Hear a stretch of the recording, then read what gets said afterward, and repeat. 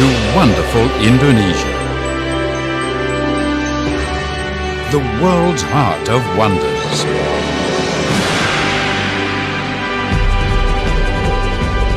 "17,000 islands, 5,000 kilometers across the equator, jewels of the fertile, life-giving ring of fire. For thousands of years, the great archipelago have mystified world travelers and sea voyagers alike with its endless wonders of nature. Native spice wonders of the archipelago set the beginnings of the ancient spice route, the earliest trade connection between the East and the West. The archipelago became Asia's first crossroad of world cultures, adopting ways of the Islamic, Oriental, Hindu, Buddhist and Western civilizations. Early in its history, Indonesia was already an open society, a rich fusion of diverse cultural contents that produced some of the most amazing creative wonders, acknowledged today as the world cultural heritage of humanity. Through time, it is evident that Indonesia's greatest wonder lies deep within, inside the hearts of its 240 million peace-loving, nature-loving people. The wisdom of graceful living with nature and with one another is the essence of the Indonesian way of life, where tolerance nurtures harmony among peoples of different faiths, cultures and traditions. It is all reflected in the Indonesian smile, the smile that says, "We are blessed, we are thankful." What Indonesia has become since its independence in 1945 is nothing short of remarkable. Today, we are the third largest democracy in the world.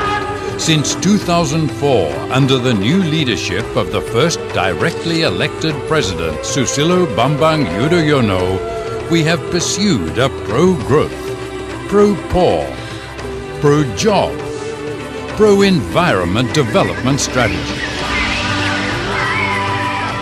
Indonesia is now an emerging economy and a member of the G20, ranked as the 16th largest economy in the world, with a GDP at all-time high, close to $1 trillion. We have the most robust economy and middle class in Southeast Asia.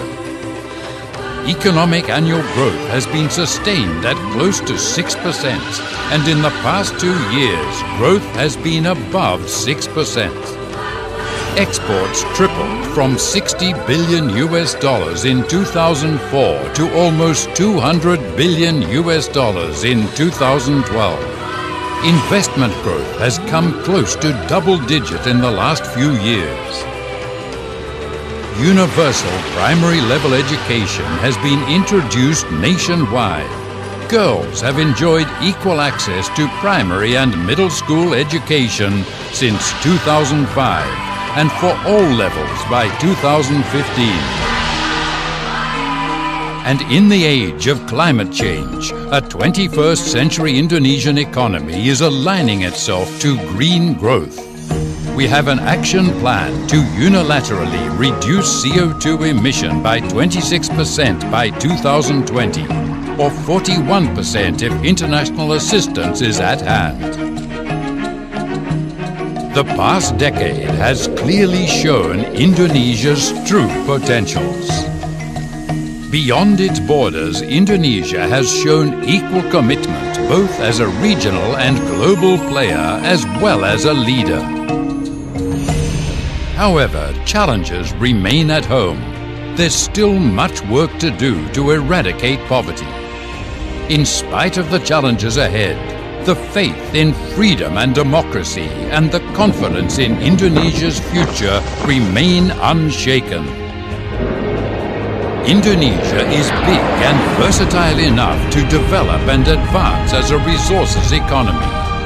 A modern and diversified economy based on industrialization, technology and knowledge, and a heritage economy. We are a unique and dynamic country where modernity and traditions go hand in hand. But the goal has never been about wealth alone. It is about shared wealth and economic justice. We want to ensure the highest level of welfare for the people with a decent living standard for each individual. With confidence, unity and hard work, Indonesia believes a world of opportunities lies ahead. Amidst the inevitable force of globalization, we are aiming to become an important place for the world to play, pray, study, work, and invest. Indonesia will always remain an open, tolerant society where Islam, democracy, and modernity coexist to both benefit from and contribute to a better world today and in the future. Just how will Indonesia look 30 years from now? In the visionary words of President Susilo Bambang Yudhoyono, I envision a century-old Indonesia standing on the three great pillars that make up a great modern state: a strong and just economy, a stable and modern democracy, and a thriving civilization.